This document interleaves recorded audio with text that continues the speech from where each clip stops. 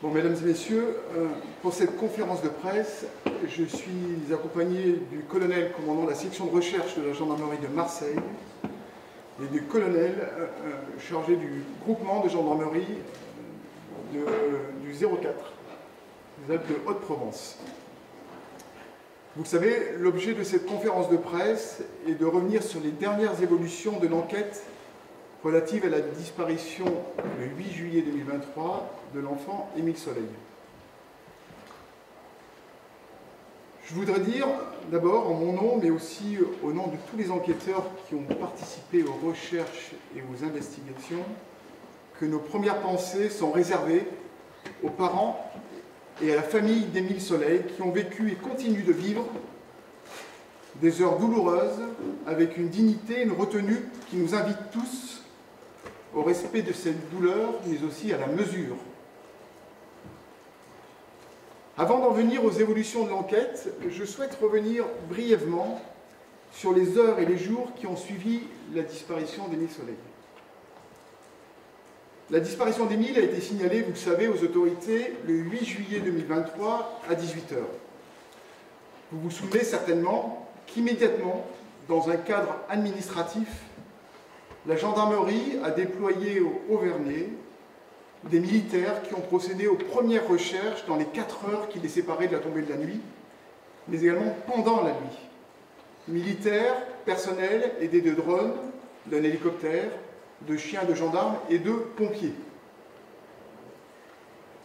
Il se passe donc une nuit avant que des recherches plus importantes soient déployées, car, vous le savez aussi, toujours dans un cadre administratif, ces premières recherches ont été suivies dès le lendemain d'une mobilisation massive de bénévoles encadrés par les gendarmes et des sapeurs-pompiers qui ont arpenté pendant 2 jours une zone couvrant plusieurs kilomètres carrés, zone qui comprenait le chemin sur lequel le crâne d'Émile a été retrouvé samedi dernier. 2 jours pendant lesquels des chiens pisteurs ont été employés tandis que la zone était survolée par des drones et un hélicoptère doté de caméras thermiques, en vain, comme vous le savez aussi. À ces premières recherches ont succédé des recherches et des investigations judiciaires, plus spécifiques, concentrées dans et à proximité immédiate du village. Je rappelle que très vite, à l'idée que l'enfant pourrait s'être égaré, s'est ajoutée l'hypothèse de l'intervention d'un tiers. Pendant cette deuxième phase des recherches et des investigations ont été employés entre le 23 et le 25 juillet 2023 des drones et des chiens spécialisés dans la recherche de cadavres, dont je peux dire aujourd'hui avec certitude que eux n'ont pas couvert la zone dans laquelle les ossements d'Émile ont été retrouvés le 30 mars dernier. Les enquêteurs, à ce moment-là, se sont concentrés sur des points d'intérêt essentiels. Et là, je veux, pendant quelques instants, donner la parole au colonel qui va nous dire les moyens qui étaient employés à ce moment-là pour essayer de retrouver Émile. Bien, donc là, dès les premiers jours, nous avons créé une cellule nationale d'enquête armée par une vingtaine d'enquêteurs spécialisés de la section de recherche et du groupement de gendarmerie. Et donc cette cellule d'enquête était composée d'un directeur d'enquête adjoint, d'un coordinateur de scène de crime, d'analyste criminel et d'équipe d'enquêteurs. Cette cellule n'a jamais cessé son travail depuis le premier jour. Elle a utilisé régulièrement, en fonction des signalements et des actes d'investigation que nous menions, des moyens spécialisés mis en place par la gendarmerie nationale. Je peux vous citer quelques exemples. Ces fameux chiens de recherche de restes humains qui ont été mis en œuvre régulièrement, à plusieurs reprises en tout état de cause, des drones spécialisés, des drones thermiques, des drones multispectrales qui permettent d'identifier des anomalies dans la végétation, par exemple, des techniciens en investigation subaquatique pour fouiller des cours d'eau et des lacs. Donc les moyens déployés très régulièrement, à chaque fois que nous en avions besoin pour progresser dans nos investigations, le sont depuis juillet dernier, et ça continue aujourd'hui. Alors, pourquoi toutes ces précisions? Parce qu'à cette heure, nous ne pouvons affirmer si le corps d'Émile était d'ores et déjà présent dans la zone couverte par les recherches entreprises initialement, et que s'il s'y trouvait, il aurait été nécessairement découvert.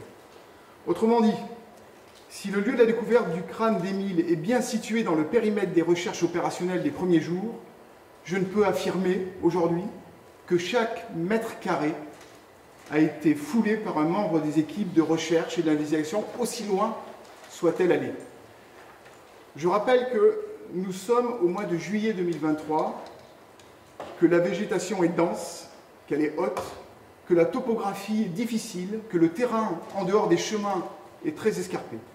Ce terrain comprend des pentes naturelles qui peuvent avoisiner les 30%, rendant difficile l'accès et la visualisation de chaque mètre carré. Et que dire des conditions météorologiques dans lesquelles ces recherches ont été entreprises, les premières recherches, j'entends. Les températures avoisinaient alors, à l'époque, 30 degrés à l'ombre, rendant la marche difficile. Températures qui ont pu altérer l'efficacité des chiens pisteurs et multiplier la restitution de foyers de chaleur nocturnes détectés par les caméras infrarouges utilisées par l'hélicoptère qui a survolé la zone.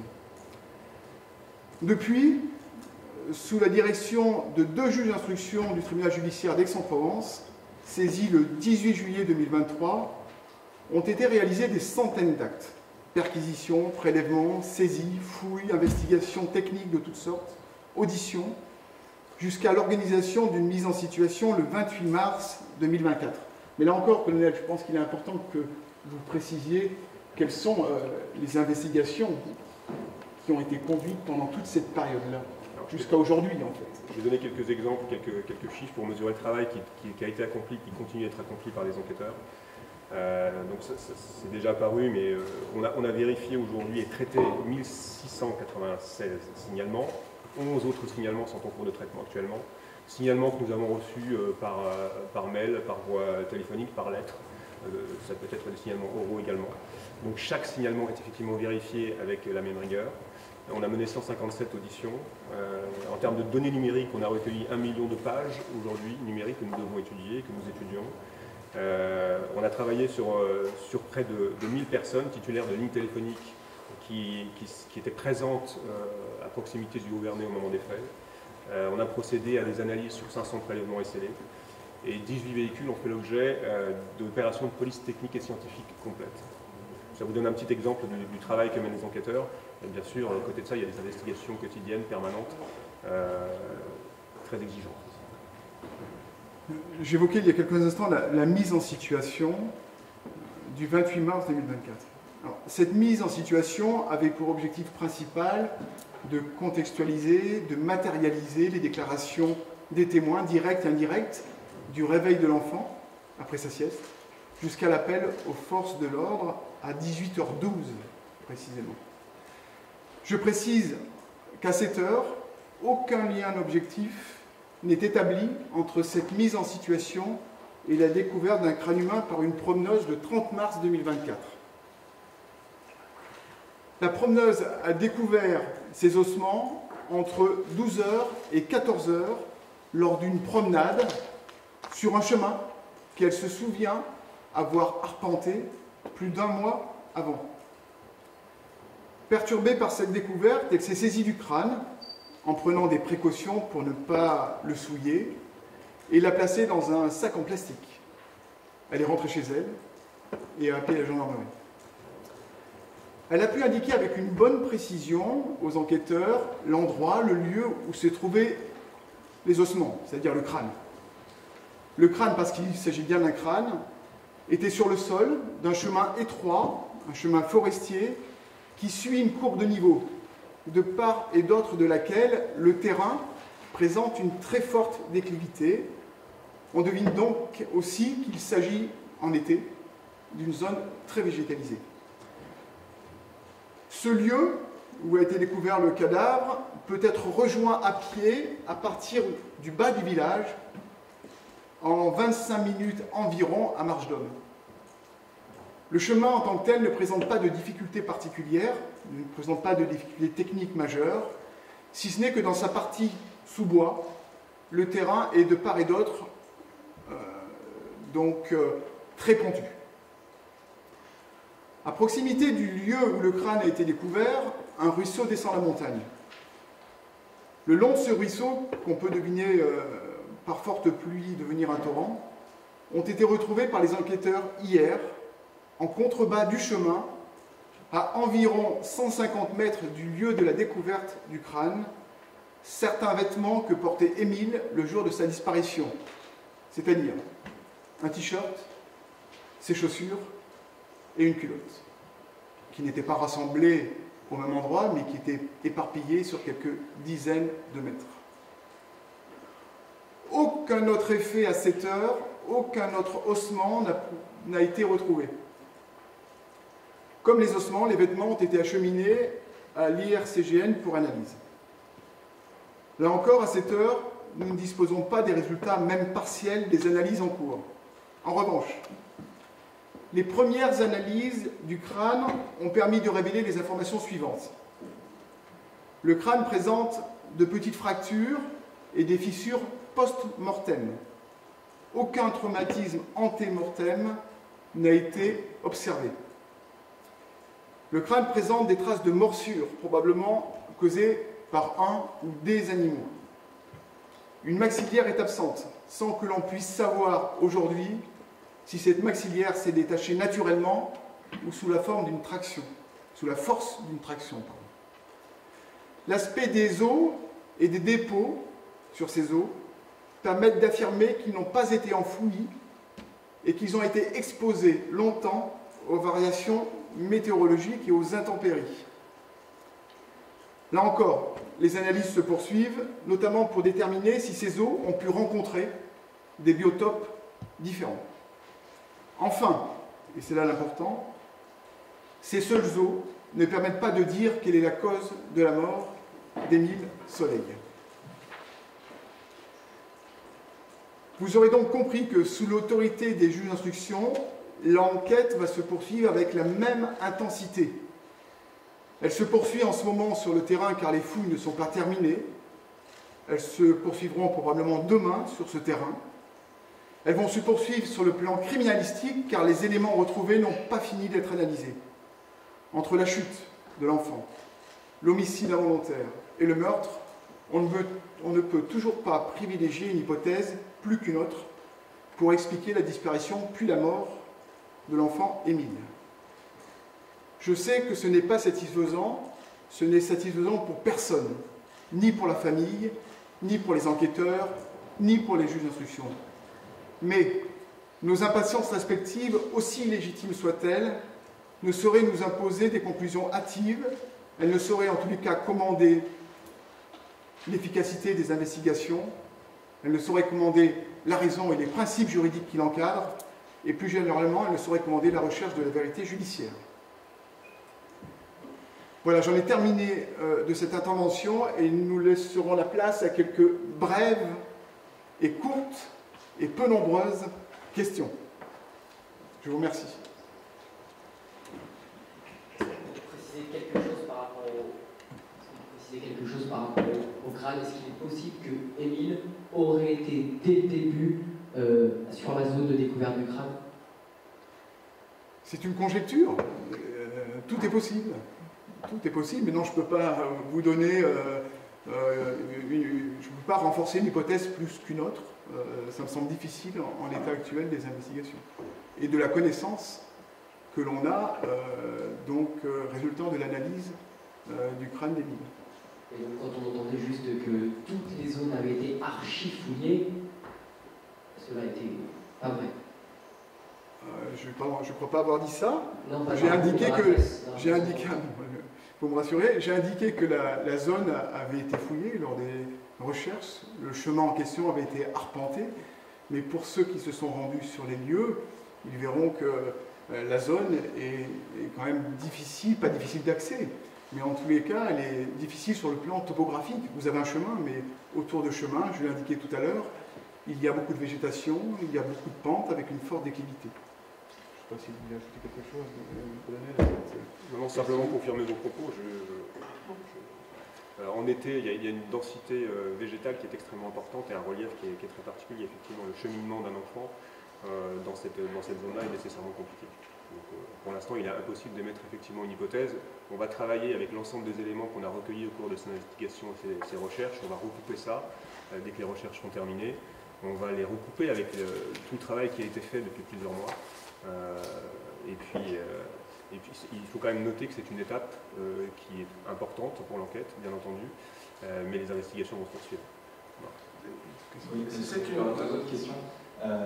Est-ce qu'au vu de ce que vous avez, on peut affirmer que le crâne et les vêtements ont été déplacés, ou alors est-ce qu'il est possible qu'ils ont toujours été là? Est-ce que c'est une hypothèse qu'on peut écarter?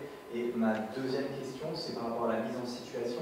Est-ce qu'on en sait plus sur les derniers moments où on voit Émile? On parle notamment de ces deux témoins. On entendait à un moment donné que certains ont dû descendre, d'autres monter. Est-ce qu'on peut en savoir un peu plus là-dessus? Alors, sur la préparation, sur les déplacements éventuels des vêtements et du crâne, je ne peux malheureusement vous produire aucune affirmation. Le crâne a été découvert sur un chemin qui est habituellement arpenté par les promeneurs, les chasseurs. On imagine qu'il a pu être déplacé. Comment? Par qui? Ça, c'est une autre question. Hein. Donc, il a pu l'être par les conditions météorologiques, par les intempéries, l'eau qui dévale les pentes. Il a pu l'être par les animaux, qui sont nombreux sur la zone. Voilà, c'est tout ce que je peux vous dire. Sur votre deuxième question, vous me permettrez de ne pas y répondre, parce que là, nous sommes en plein cœur du secret de l'instruction. Comme le disait le colonel, les investigations se poursuivent dans toutes les directions, et les éléments que vous me demandez font partie, évidemment, des éléments qui vont contribuer à la poursuite des investigations. Avant-dernière question. Il est donc possible que le petit garçon se soit rendu à cet endroit tout seul, c'est dans le champ des possibles, et que son corps ait échappé aux recherches des enquêteurs pendant tout ce temps. C'est une possibilité, comme il en existe plein d'autres.